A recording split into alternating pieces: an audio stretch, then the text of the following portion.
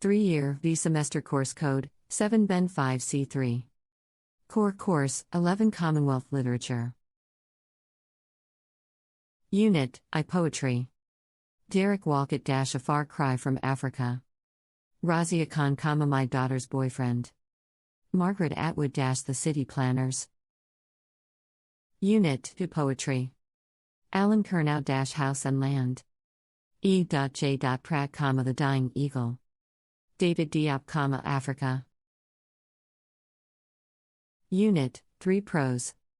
Chinua Achebe, the novelist as a teacher. Dr. S. Radhakrishnan, The World Community. Unit, 4 Drama. Wole Soyinka - The Lion and the Jewel. Unit, B. Fiction.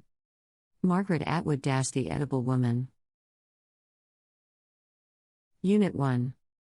A Far Cry from Africa by Derek Walcott. A wind is ruffling the tawny pelt of Africa, Kikuyu, quick as flies, batten upon the bloodstreams of the veldt. Corpses are scattered through a paradise. Only the worm, kernel of carrion, cries. Waste no compassion on these separate dead. Statistics justify and scholars seize the salience of colonial policy. What is that to the white child hacked in bed? To savages, expendable as Jews? Threshed out by beaters, the long rushes break. In a white dust of ibises whose cries have wheeled since civilization's dawn, greater than from the parched river or beast-teeming plain. The violence of beast on beast is read as natural law, but upright man seeks his divinity by inflicting pain. Delirious as these worried beasts, his wars dance to the titan carcass of a drum, while he calls courage still that native dread of the white peace contracted by the dead. Again brutish necessity wipes its hands upon the napkin of a dirty cause, again. A waste of our compassion, as with Spain, the guerrilla wrestles with the Superman. I who am poisoned with the blood of both, where shall I turn, divided to the vein? I who have cursed the drunken officer of British rule, how choose between this Africa and the English tongue I love? Betray them both, or give back what they give? How can I face such slaughter and be cool? How can I turn from Africa and live? Analysis. A Far Cry from Africa is a powerful poem that sets out one person's divided viewpoint on the subject of British colonial takeover in Kenya, East Africa, and its horrifying consequences for local people and the poet himself. Stanza 1. The first stanza is an overview of the situation, set in the present. It starts with a highly visual, movie-like opening, the wind ruffling the pelt of Africa, a country, a continent, likened to an animal. Perhaps these are the winds of change come to disturb a once contented country. The Kikuyu tribe are then seen as flies battening onto the bloodstreams. To batten is to gorge, or to feed greedily at someone else's expense. And the blood is on the veldt, grassland with trees and shrubs. Dead bodies are scattered in this beautiful landscape, seen as a paradise, an irony not lost on the speaker. The personified worm, made military, has a cruel message for the world. What is the use of compassion for those already dead? Officialdom backs up its policies with numbers. Academics point out the relevant facts and figures. But what do these mean when you consider the human cost?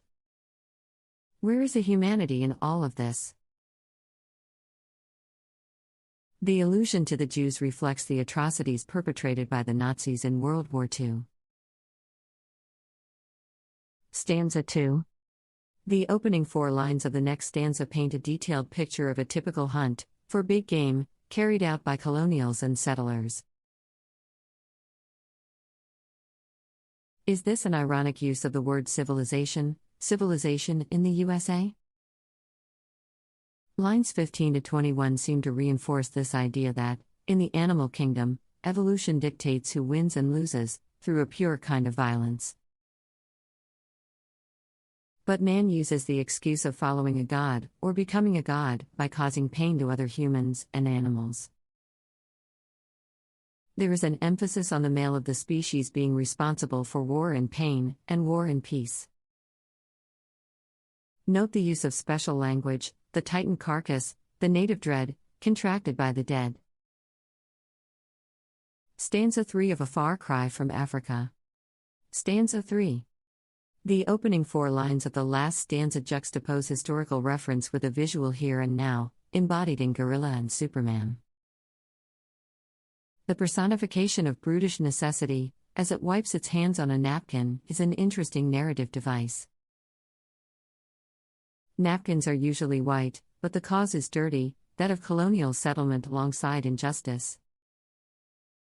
By repeating what the worm cries in the first stanza, a waste of our compassion, the speaker is bringing extra weight to the idea of meaningless death. Compassion cannot alter the circumstances. By using our, is the speaker implying the compassion of the world, or of those who are African or black? And what has Spain to do with colonial Kenya? Well, it seems that violent struggle isn't just limited to the continent of Africa. It can happen in Europe too, as with the Spanish Civil War, 1936–39, which was fought between democratic republicans and fascists. In line 26, the speaker declares a personal involvement for the first time, acknowledging the fact he is divided because of his blood ties to both camps.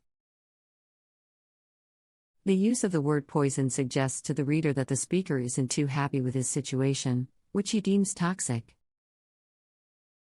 He wants to side with the oppressed but cannot reconcile the fact that the language of the oppressor is the same one he uses to speak, write, and live by. The dramatic language heightens the tension: brutish, dirty, wrestles, poisoned, cursed, drunken, betray, slaughter. A series of heart-wrenching questions are not, or cannot be, answered. The bloody conflicts, the deaths, the subjugation, the cruelty, the need for domination, all reflect the dilemma for the speaker. He feels estranged yet a part of African heritage. He feels a love for the language of the British, who are the cause of such strife in the tribal lands. Perhaps the final irony is that, by the very act of writing and publishing such a poem and ending it with a question about turning away from Africa, the speaker somehow provides his own answer.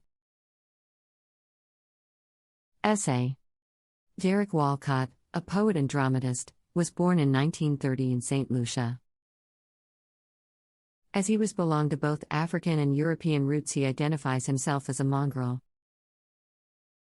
This mixed heritage makes him able to identify the post-colonial situation more effectively and successfully. He was awarded for the Nobel Prize for Literature in 1992. In the poem A Far Cry from Africa, the poet ironically describes how he rejects the British culture and the colonial ideology. The poem A Far Cry from Africa belongs to post-colonial poetry. Mainly, the poem discusses the events of the Mau Mau uprising in Kenya in the early 1950s. It was a bloody battle during the 1950 between the European settlers and the native Kikuyu tribes in Kenya. Kikuyu was the largest and most educated tribe in Kenya. As the British people invaded more and more their land, they outrageously reacted. The Kenyan tribes rebelled against the British, who stole the motherland of them. The rebellion was under a secret organization called Mau Mau. It is estimated a large number of Kikuyu as well as whites were slaughtered during the process. The poem starts with a painful, jarring, harsh experience of the rebellion that changed the tranquil, peaceful setting of the country. The nation itself compared to an animal, as it indicates it is an animal like a lion. Tawny pelt and how Kikuyu started the bloody battle. The Kikuyu are compared to flies who are feeding on blood.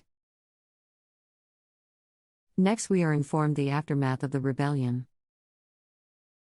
The poet describes that the country before the conflict was a paradise, and with an ironical comment, he indicates the death, inhumanity, and destruction occurred in the land. There is the juxtaposition of the conflict against something divine with the image of corpses scattered through a paradise. The worms that can be seen is the ultimate emblem of stagnation and decay, cries at the worthless death. Sarcastically, poet indicates how the humans are reduced to statistics. And at the same time, those scholars justify the presence of white men in Africa and the process of civilizing the natives. The poet indicates the fact that it was a failure with the brutal death of the small white child and his family. People behave like animals, savages hints and remind us the persecution endured by the Jews. Jews were killed in millions due to their ethnicity during the time of Hitler. Though the time and the place is different, the same kind of situations repeat in the world time to time. Next, the poet creates a picture of white men in searching for natives who are hiding behind the bushes. The sound of ibises hints a bad omen. Again, the repetition is shown through the word wheeled. The civilized men thrived on conquering others. This process of violence and conquering each other indicates the law of the jungle.